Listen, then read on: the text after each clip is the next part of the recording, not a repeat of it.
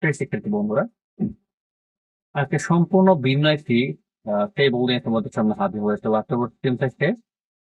আশা রাখছি তোমরা এখান থেকে নতুন কিছু শিখতে পারবে।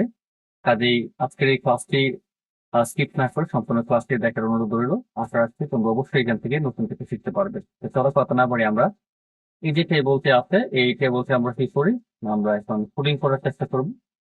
আমরা অ্যাপটা অন করে নিই।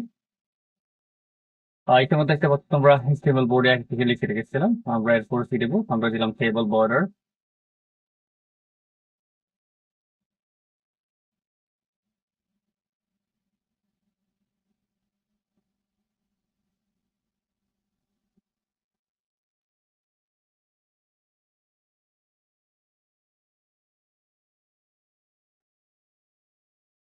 দিলাম কনফিগ।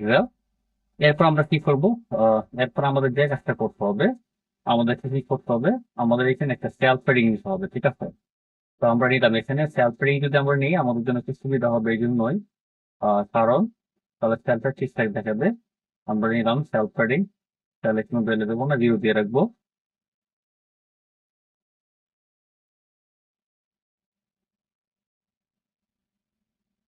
সেলফ পেডিং দিলাম ধরো 0 পিক্সেল। এখন আমাদের যে বিষয়টা এখানে আছে দেখো, এখানে কি দেওয়া আছে, এই যে প্রথম একটি সেল আছে, এটা কিন্তু এটা একটা বর্ডার। এরপর আরেকটা সেল আছে, এটি মিলে পুরোটা একটা বর্ডার। এবং এখান থেকে যে আছে দেখো, এটা কিন্তু আরেকটা বর্ডার। তার মানে এই বর্ডারের মধ্যে কি আছে, প্রথম যে বর্ডারটি আছে বা সেলটি আছে, এই সেলের যে বর্ডার গুলো আছে এর মধ্যে কন্টেন্ট হিসেবে শুধু অনলি ই আছে। আর পরবর্তী যে বর্ডারটি আছে এখানে বি এবং সি আছে। এবং সর্বশেষ যে বর্ডারটি আছে এই বর্ডারের ভিতরে তিনটি সেল আছে, একটা ডি এবং ই এবং এফ, এই তিনটি সেল আছে। তো আমাদের যেহেতু আলাদা আলাদা বর্ডার গুলো আছে, সেজন্য আমাদের প্রত্যেকটি সেলের ক্ষেত্রে কি করতে হবে, আমাদেরকে আলাদা আলাদা টেবল বর্ডার ক্রিয়েট করতে হবে, ঠিক আছে?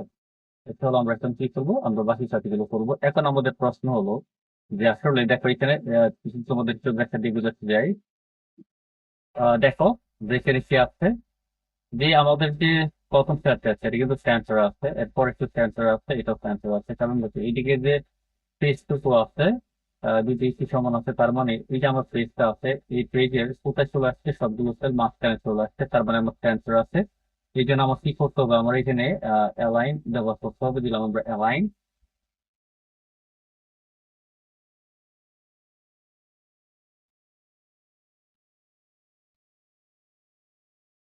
এই দিলাম সেন্টার, ঠিক আছে?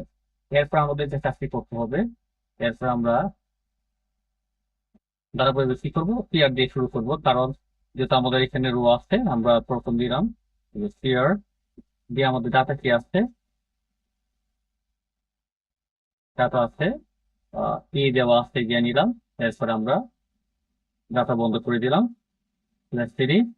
এরপর আমরা কি দিব, প্রথম যেহেতু আমাদের প্রথম সেলে কি ছিল দেখো, তোমাদের কিছু দেখাই।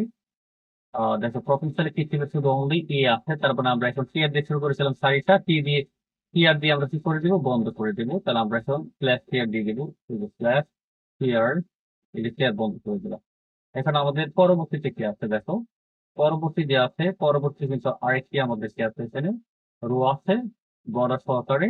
এখানে খেয়াল আছে দুইটি বি এবং সি। তার মানে আবার আমাদের কি করতে হবে, কেবল বর্ডার ক্রিয়েট করতে হবে, কারণ যেহেতু এটা আলাদা একটা বর্ডার আছে। তাহলে আমরা কি করবো, আমরা এখান থেকে এটাকে কপি করে নিয়ে বসিয়ে দিই, তাহলে আমাদের জন্য সব সময় কম লাগবে। এই যে আমরা এটা কপি করলাম, এখানে এখানে এসে বসিয়ে দিলাম, কন্ট্রোল প্লাস ভি দিয়ে পেস্ট করে দিলাম। এখন আমাদের যে কাজটা করতে হবে, আমরা এখানে এখান থেকে নিজে কপি করে এটা বসিয়ে দিই। তো আমরা সময় কম লাগবে, এই যে আমরা নিচে বসিয়ে দিলাম।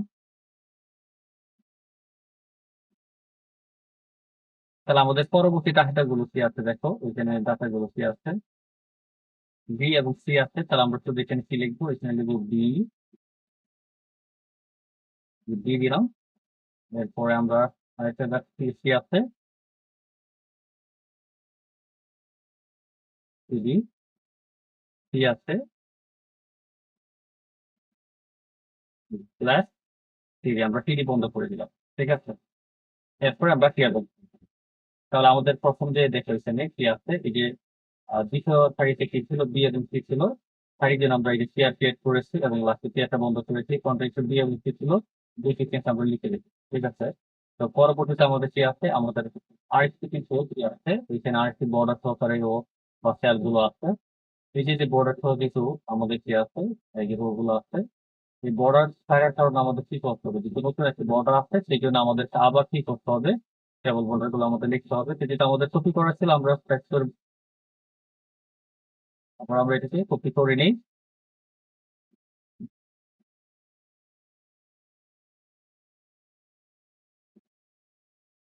এটা আমরা কপি করে এটা বসিয়ে দিলাম। ঠিক আছে? এখন এই যে কপি করে বসানোর পর এখন আমাদের কাজটা কি করতে হবে? আবার সারি চেয়ার যেটা আছে দেখা এখানে ভিতরে সারিতে আছে চেয়ার দিয়ে কি করতে হবে? সাইডে আমাদের চেয়ার দিতে হবে। তারপরে আমাদের প্রত্যেকটা সেলের জন্য সিঁড়ি দিয়ে লিখতে হবে সেলগুলোকে। তো প্রথম সেলের কন্টেন্ট কিছু ডাটা হিসেবে দিয়ে আছে। পরবর্তীতে কি আছে ই আছে এবং শেষে কি আছে আছে এবং আমার 3টি এখানে ডাটা আসবে।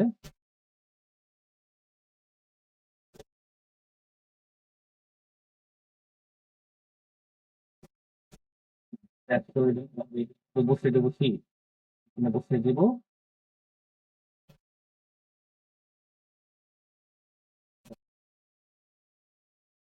এরপর আমাদের আছে কন্টেন্ট কি আছে? অ্যাপ আছে। এই যে আমরা টিক দিয়ে শুরু করলাম। লিখলাম যে অ্যাপ। এরপর আমরা এখন কি করবো? টিটা বন্ধ করে দিই। বন্ধ করে দিলাম। এরপর আমাদের কি আছে দেখেন? ক্যালকুলেশন নাম্বার কি আরো বন্ধ করে দিয়েছে। এরপরে আমাদের সারা বইগুলো সবকিছু বন্ধ করে দিতে হবে। বডি, টেবল, বডি এবং এসটিএমএল। তো আমরা দেখলাম এই যে স্ল্যাশ সিএবি টেবল,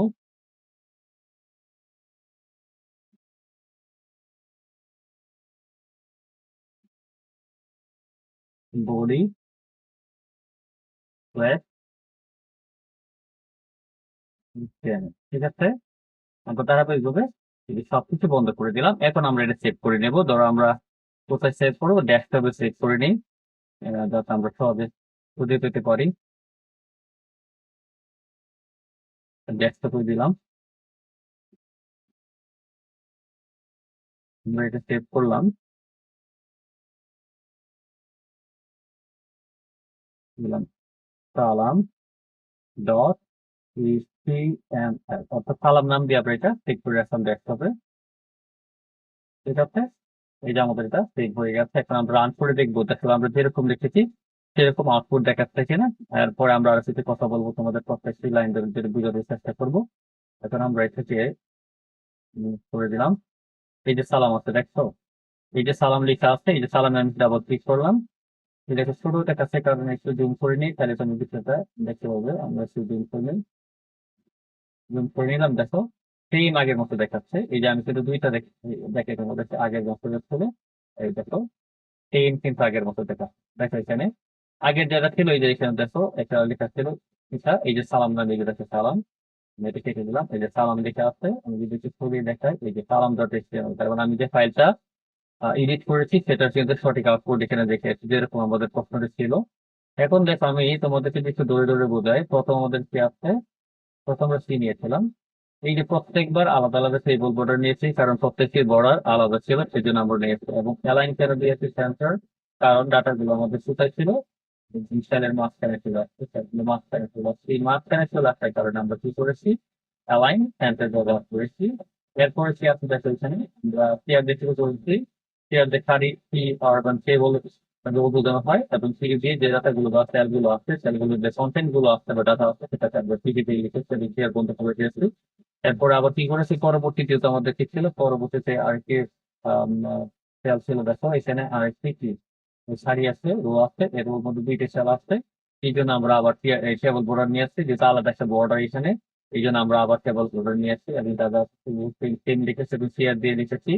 আহ, শুরু করেছি এবং সিডি দিয়ে বি এবং সিডি বন্ধ, সিডি দিয়ে সি এবং সিডি বন্ধ করে সিআর বন্ধ করে দিয়েছি কারণ সি সাইড নাই। এরপর সেম আগের মতো করে ঠিক একই ভাবে আমরা এটাকে কেবল আরেকটা বর্ডার চেঞ্জ করেছি এবং বর্ডার চেঞ্জ করার পর আমরা কি করছি? পরবর্তী আমাদের ডাটা ছিল কয়টি? 3টি। যে চেয়ারদের সারি চেঞ্জ করেছি, টিডিদের প্রত্যেক ডাটা আলাদা লিখেছি এবং চেয়ার বন্ধ করে দিয়েছি। এবং কিভাবে রিচার্জ করে তারা দুই সব কি করেছি? কেবল বোর্ড এক্সটেমল বন্ধ করেছি। এবং বন্ধ করে দেওয়ার পরে আমরা সাংখ্যিক ফলাফল যেরকম পাওয়ার কথা সেরকম প্রেক্ষিতে বন্ধুরা যদি মনে করুন আজকের ক্লাসে সম্পূর্ণ ভিন্ন একটি ক্লাস। তাহলে অবশ্যই বলবো তোমার জায়গা থেকে একটি কমেন্ট করবে ক্লাসটি কেমন লেগেছে। এবং যদি মনে করো যে তুমি যদি ভিডিওটি শেয়ার করো বা ক্লাসটি শেয়ার করে দাও, তাহলে তোমাদের বন্ধু বান্ধব যারা আছে তারা এই বিষয় সংক্রান্ত যে সমস্যাগুলো আছে বা এই সম্বন্ধে একটা প্রাথমিক ধারণা নিতে পারবে। তাহলে বলবো তোমার জায়গা থেকে অবশ্যই শেয়ার করে দিবে। ধন্যবাদ সবাই।